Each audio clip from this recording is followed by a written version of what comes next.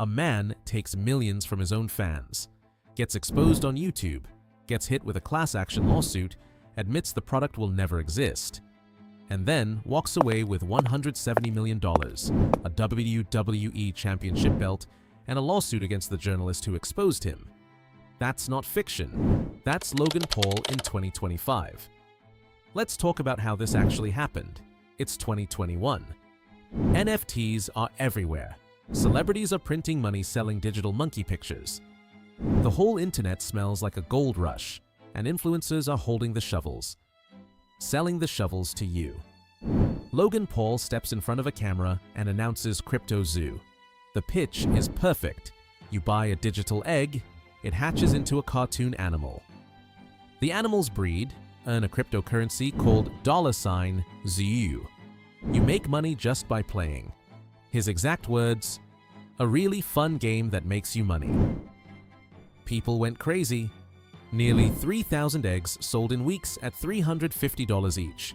Millions of dollars flowed in. The $ZOO token pumped. The hype was real. Here's what was happening behind the scenes. The co-founders, guys named Eduardo Ibanez and Jake Greenbaum, had quietly bought massive amounts of Zoo tokens before the public even knew the project existed. When retail investors piled in and the price spiked, they sold. Classic pump and dump. The insiders cashed out at the top while Logan's fans were still buying. The game itself? Broken. The hatched animals turned out to be Adobe stock photos. The breeding mechanics didn't function. The passive income didn't exist. Everything Logan promised just didn't work.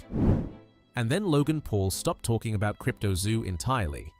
For over a year, silence. Then in December 2022, a YouTuber named CoffeeZilla dropped a 3-part documentary. If you don't know CoffeeZilla, here's what matters. He doesn't yell, he doesn't rant, he does methodical, sourced, devastating investigations. This series hit tens of millions of views. He called it one word, a scam.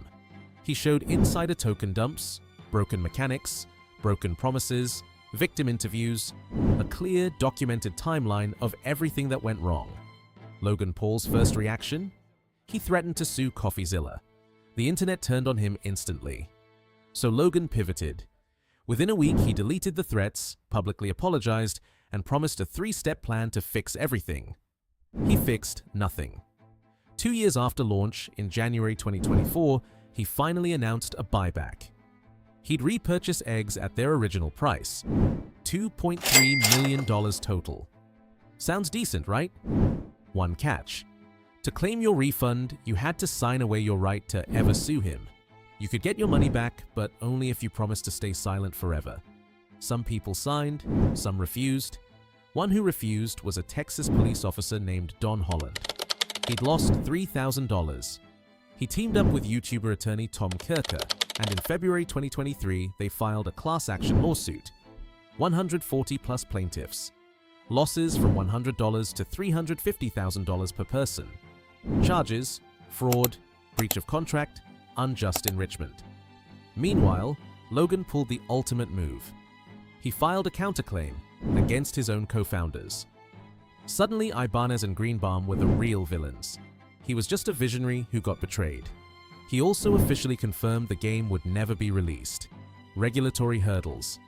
Too complicated. Sorry. The eggs, the animals, the zoo token, the passive income, none of it was ever coming. The court didn't fully buy the co-founder pivot. A judge ruled he couldn't just offload all the blame. The case kept moving. But here's where the story gets dark. Because while the lawsuit was grinding through the courts, Logan Paul's life was doing the opposite. Prime Hydration, his sports drink with KSI, crossed $1.2 billion in retail sales by mid-2025. His WWE contract is worth an estimated $20 to $25 million through 2027. He got married. He became a father. His net worth sits at somewhere between $155 and $170 million. And on October 29, 2025, 4 years after CryptoZoo launched, the class action was dismissed. All 27 claims. Gone.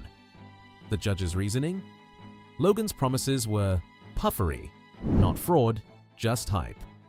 The court ruled no reasonable person should have taken a really fun game that makes you money as a legally binding factual claim. It was exaggerated marketing. The 140 people who refused the hush money deal, who held out for justice, they lost. And Logan Paul posted a 17-minute response video about it. He also talked about his wedding in it. He called the people who kept fighting him people with a victim mindset. But here's the twist that makes this story complete. Logan Paul didn't just survive the exposure, he's now hunting the man who exposed him. In June 2024, he sued CryptoZoo for defamation. The argument, calling CryptoZoo a scam, was false and damaging to his reputation.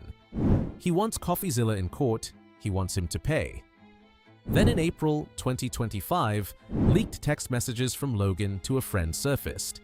His friend warned him that if he sued, everything will come out. Logan's response? He was going to, quote, sue this MFKR into the ground. Legal experts call what he's doing a slap suit, a strategic lawsuit designed not to win damages, but to drown a critic in legal fees until they can't fight anymore. The trial is set for May 2026. CryptoZoo's building his case. So let's put the full timeline on the wall. 2021, CryptoZoo launches. Millions raised. Insiders allegedly dumped tokens on retail fans. 2022, CryptoZoo exposes it. Logan threatens to sue, then apologizes. 2023, class action filed. Logan blames his co-founders. 2024, buyback announced with a gag order attached. Logan sues CryptoZoo. 2025, class action dismissed. Net worth $170 million. And he's now pursuing the journalist who told the truth. Here's the question nobody wants to answer. If a project raises millions, delivers nothing, goes silent for 2 years, admits the product will never exist, offers refunds only to people who waive their legal rights, gets exposed on YouTube, loses a class action, and the judge calls the whole thing puffery, what does fraud actually look like? Where exactly is that line? The legal system gave us its answer in October 2025. Not here, not this case, but the internet has a different answer. The comment sections on CryptoZoo's CryptoZoo videos are still filling up with new people discovering this story for the first time. The algorithm keeps sending people back. The story won't die, even if the lawsuit did. And that's the thing about the attention economy that Logan Paul figured out before almost anyone else. Scandal is a resource. Getting exposed doesn't destroy your brand, it extends it. Every controversy generates clicks. Every lawsuit generates discourse. Every cancellation attempt becomes content. Logan Paul has been cancelled at least 6 times. He's worth $170 million. The fans who lost real money in CryptoZoo aren't laughing. The people who believed in the project, who showed up in Discord servers at midnight talking about hybrid animals, who invested money they couldn't afford to lose, they got burned. Courts called their losses the result of believing puffery. The man responsible is walking into WWE arenas to pyrotechnics while going after the journalist who told them the truth. That's not karma, that's not justice, that's just power working exactly the way it's designed to. So the next time any celebrity launches something in a space you don't fully understand and tells you it's going to be a really fun game that makes you money, remember this. Remember the eggs. Remember the silence. Remember the refund with a gag order. Remember the word the judge used. Puffery.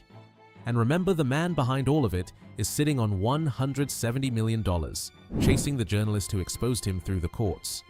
Some frauds don't fall. Some frauds just survive. And in 2025, surviving is winning.